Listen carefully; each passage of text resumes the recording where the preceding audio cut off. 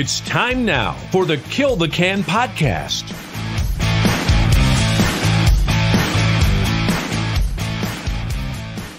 Good evening, ladies and gentlemen, and welcome to the Kill the Can podcast.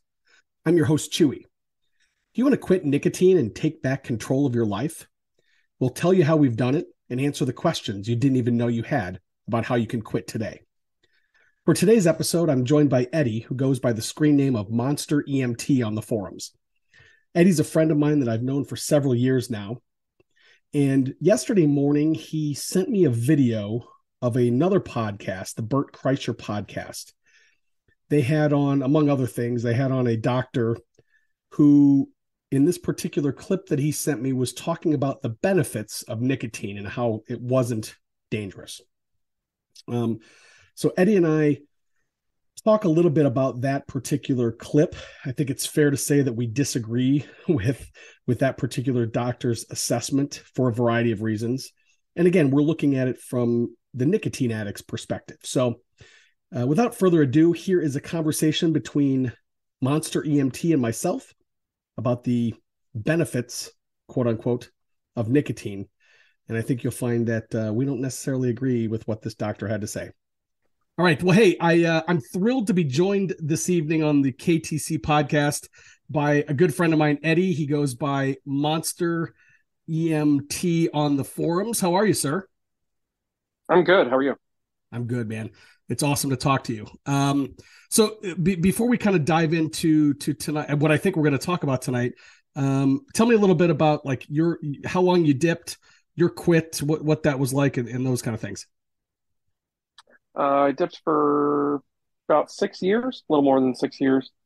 Got into it because of friends, and then that was just, I guess, exacerbated by being in fire and EMS service because nicotine's everywhere. Found KTC online and signed up on the forum, and today was 3,243 days without. That's awesome. Congratulations. So you mentioned you're in EMS professionally. Is that still prevalent around you on a regular basis? Oh, absolutely. Is it really? Yeah, absolutely. Does it bother you at this point? North of 3,000 days? I wouldn't say that it bothers me. I mean, I'm an addict. I'm always going to be an addict. Right. So in the back of my mind, sometimes there's like, I wouldn't mind just having one, but I know I can't do that. So right. I don't. All right. Are you using any fake dips these days? Yeah, I use grinds regularly. Okay. Mostly when I'm at work, but sometimes in my off time. Okay. And do you find, are you using it? Are you using it because you enjoy the caffeine? Are you using it, for those of you that are not familiar, grinds is a fake dip, tobacco-free, nicotine-free product that's made out of coffee. So again, are you using it because you enjoy the caffeine? Are you using it because you enjoy the kind of the habit, the oral fixation? What is it at 3,200 days or whatever that keeps you using it? A little of both. Okay. I work night shift in Harrisburg City, the capital of Pennsylvania, as a paramedic, so it's busy. And the 6 years that I dipped, it was routine for me to put one in before I went on a call. Okay. So now I just replaced that with coffee grinds in a pouch instead of, nicotine and whatever else is in Skull Snooze, which was my chew of choice. Skull Snooze. But Okay. the caffeine is, the caffeine is also a nice byproduct. I've been drinking a lot more water than soda these days, so it's nice to still get a caffeine hit without having to consume, high fructose corn syrup and all the other garbage that's in soda. Right. Yeah, it's amazing. I quit soda about let me look, 3,297 days ago was the last time Oh, wow. so right around the time you had your last dip, right? Yeah. And yeah, it was just I was drinking primarily diet, so it wasn't the sugar same. necessarily, but it was I can't even imagine how bad diet soda is, especially the amounts that I was drinking. I was probably not quite a 2 liter a day, but probably pretty close to it, so it was a lot. Yeah. Yeah. It was a lot. Have you ever run across anything professionally that that is was linked to nicotine or tobacco, whether it be cancer or anything? Like, have you ever been on a call for anything like that? Yeah. I've actually had numerous patients with either lung cancer who were smokers, or I've had several that have had either some type of mouth cancer or esophageal or something like that from dipping. I've encountered both over 15 years of my career. That's talk about a good, not good, but a stark reminder of the battle that we're facing on a daily basis, huh? Oh, absolutely. Yeah. And the sad part is that I encountered those people while I was still using. Um, I mean, I've encountered them since, and it gives me a whole different perspective now. Right. But it didn't stop me then. So It's crazy that the hold that nicotine had over us, isn't it? oh, absolutely. Yeah. I mean, it's an addiction. It's the same as being addicted to anything. Yeah. So one of the reasons that I wanted to bring you on tonight, you had sent me a video clip earlier today of what was it? Was it the Bert Kreischer podcast, right? Yep. Yeah. And so for those of you who are not familiar, Bert Kreischer is primarily a stand-up comedian who is hilarious, by the way. And he does a podcast with is it Tom Segura? Is that the other guy's name? Yes. Mm-hmm. Okay. And they the had cash cab guy. Oh, that's right. That's where he is. That's right. Okay. Yeah. So and I believe the name of the podcast is Two Bears, One Cave, something like that. I should know. I think it's something like that. Yeah. Because Okay. I mean, that's his shtick, is being shirtless on stage. So right. Yeah. The machine story by Bert Kreischer is absolutely hilarious. If you've never seen it, go to YouTube. It's no matter how many times I watch it, I laugh every time. But but this particular episode of the podcast, they had a guy, presumably a doctor, on there, and they were talking about, among other things, and I did not listen to the entire podcast, but I listened to this couple-minute clip, the benefits of nicotine. And Eddy sent it to me, and I had seen it a couple other times, and it just made me, it really bummed me out first, to see a show with that much reach. I won't say they're spreading misinformation per se, but I think they're really kind of loosey-goosey about how they're talking about nicotine. What did you think when you first saw that clip? And if you could share just kind of what you said to me when you shared it with me this morning. Sure. I was frustrated more than anything. Like there may be some science, excuse me, behind his claims that nicotine enhances dopamine production, and therefore is beneficial to the brain and the human body. But at the same time, they just kind of threw it in as an afterthought, as like, oh, but smoking is bad for you, by the way. Right. Like it was like, oh yeah, nicotine is good, but the main way you're going to get it is bad. We'll just mention that in subtext here. Right. While the focus was on the good. So yeah. Yeah, exactly. It may also kill you, but look at these good things it does. Right. Now, is there, and I realize that you're not a doctor, and so if you're uncomfortable answering these questions, just tell me. But you're certainly more well versed in it than I am professionally. Is there, because we've heard this kind of talking point over the years, and I've heard it more and more of recently with the advent of nicotine pouches, whether they be Zyn or one of the other, seems like hundreds of other products like that. So the rhetoric or the talking point is just what these guys were talking about today, that nicotine in and of itself is helpful or beneficial to you.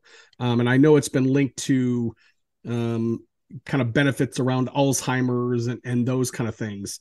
I guess first, kind of in your opinion, are those statements true? and then we can kind of unpack kind of everything else that comes along with it after the fact. From studies that I have seen from reputable sources, some of them I guess I could go along with that, like there are benefits to it, but then at the same time, I know plenty of adverse effects to it to Sure. using as well. So it's hard for me to outweigh the bad with the good. Sure. I mean, you can find good and justification in pretty much anything Right. if you look hard enough. So Sure. Yeah, that's kind of where I'm at with it. yeah, and I guess kind of where I would kind of come out on it is from, let's just say for argument's sake that all of those benefits do exist. Again, I'm not here to necessarily argue that, but what I would say is from a nicotine addict's perspective, if they do exist, and again, that's a big if in my opinion, we can't enjoy those benefits, right? Because Correct. the way our brain and our bodies work, we're not going to be able to use presumably the small amount that would give us the benefit. I don't know about you, Correct. but I don't want one dip, right? Nope. I want the whole thing. I want, oh, absolutely, a can a day, the addiction, it defining who I am, right? Right. So okay. And then again, and you already mentioned it, it's not just the nicotine, right? It's the delivery method, right? It's right. Whether it's in tobacco, whether it's in cigarettes, whether it's in snus or smokeless or what, there's all these other compounds and all these other chemicals that come along with that again, in my purely non-medical opinion, but I think it's after 16 years of dealing with this quitting smokeless tobacco community, I think it's very fair to say that the delivery method and everything that comes along with it far outweighs, in my opinion, any positive that you could ever get out of it. Oh, absolutely. Yeah. So again, one of those, the bummer of it is they were talking about it just so nonchalantly, right? And in fact, yeah, it was very flippant, which is what was kind of frustrating about it. Yeah. In fact, it's funny. I ran across that clip on TikTok, and all you have to do is look at the comments, right? Because the comments are like, oh, this is great. It's good for me. I'll pack another dip. Or, oh, it's good right. for me. I'll light another cigarette.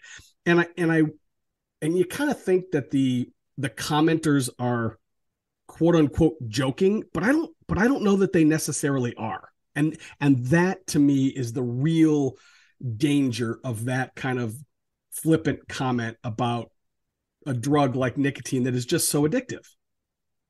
Oh, for sure. I mean, again, to an addict's mind and an addict's lifestyle, you're giving them justification to continue their addiction. Because an active addict is going to find justification wherever they can. Right. So did you, when you quit 3,200 days ago or whatever it was, what was your quit like? Was your quit easy? Was it super difficult? Tell me about kind of those, the maybe the first 6 months of your quit, what that was. It wasn't the easiest thing I've done. I'll say that. I used to chain chew pretty much all day long when I was at work. If I was on a 16-hour shift, especially having snus, and I didn't have to have a spitter with me, I'd throw pouches in, and as soon as I'd throw pouches out, I'd put 2 more in. And I just did that all day long. So I was of snus pouches, I was easily 1.5, 2 cans a day sometimes. Wow. So to quit cold turkey like we do at KTC, that was a huge switch, obviously. I mean, I used different fakes early on. I used Smoky Mountain, and I tried stuff like Hooch, and I tried Back Off, different ones. Eventually landed on Grinds, but my first few months, I gotta say, first few weeks, it's tough. I mean, you're ridding your body of a chemical, right? A chemical that it's become dependent on, no less. So you get the headaches and you get nausea, and there were dizzy spells and all different kinds of awful symptoms. Um, but again, being part of KTC, I knew some of that stuff was coming, and I had people who kind of talked me through it, like, "Hey, this is temporary. It's going to be worth it.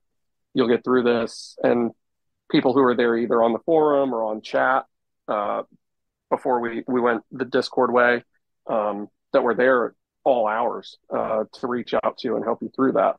It eventually got easier, and I mean, now it's like I said, it's a fleeting thought every now and then of, "Hey, I could really, no, I'm not going to do that." Right.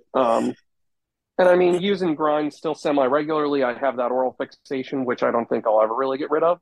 Right. But this isn't much more dangerous than a cup of coffee, so Sure. I'll take that. Sure.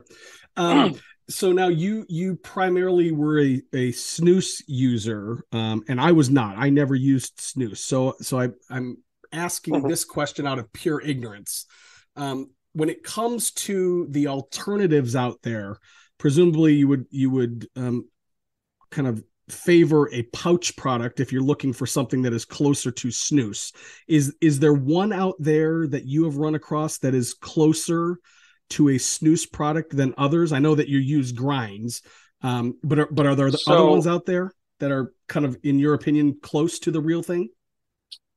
In my opinion, the closest thing to a snooze product, honestly, is grinds, because the snooze products largely were the sweeter or the minty flavors, which you can easily find with grinds, and not having the spit juice, but you can if you want to. So you can easily gut this because it's literally coffee. The same as you would with snooze pouches. I originally started out on Smoky Mountain pouches, but they're super, super dry, and you don't get the moisture that you get from like a Skull snooze or even Camel. I use them occasionally. It's super dry. Like, you can see the cotton fibers in the can dry.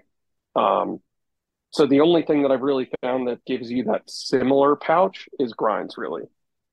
Okay. That's interesting because, and again, like I said, I didn't, I was never a snooze user.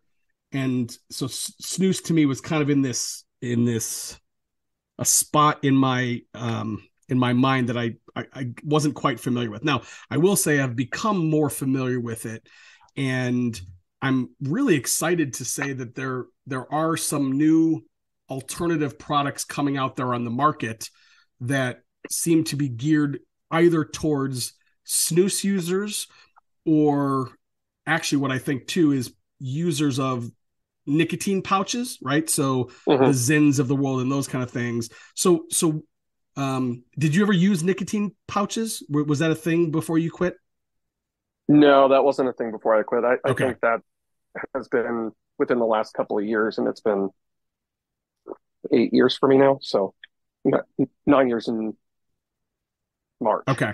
So Okay. I haven't, it wasn't really prevalent back then. I'm not going to say it didn't exist, but it wasn't as available as it is now. Okay. I guess where I was going with that was in based on what you know of the nicotine pouches, is that similar to snooze, to the snooze pouches that you were using? And again, I'm asking just from a place of pure ignorance because I don't know. Sure. From what I know, I do know people who use them. From what I understand, it is similar in mechanism in that, you pop pouches in, you can swallow the juice. It's not an issue. It's not going to make you sick like swallowing from long cut is going to do, type of thing. So in that aspect, I can say, yes, it's similar. Okay. I do and I haven't even reviewed them yet, but I have a new product from Fully Loaded, which is a product called Alpha, and they are nootropic pouches. Obviously nicotine free, tobacco free, but again, I think they are geared towards the either snooze user or former nicotine pouch user. If you're interested, I'll send you a couple samples. I would love to kind of get your opinion as a former snooze user of kind of how these are? Sure. Okay, cool. I will do that. So what at this point, some 3,000 days into your quit, what advice do you have for somebody who's on day one or thinking about making their decision, hasn't quite done it yet? What can you tell somebody who is like kind of teetering on, maybe I should quit, or better yet, I really want to quit, but I'm scared to do it? So a huge thing early in my quit that someone told me that has stuck with me all these days now and years at this point is you can do anything that you put your mind to for 24 hours. That's so it. Powerful. That's One so day, powerful. literally one day at a time. You can do anything for one day. You could not drink a soda for one day. You could, be productive and take a lap around your office building for one day. Or you could not put a dip in for one day. And then tomorrow you worry about tomorrow. But today, Right. you can do anything. You can commit to something for 24 hours. That's an attainable goal. Don't look at 3,000, yeah. look at one day.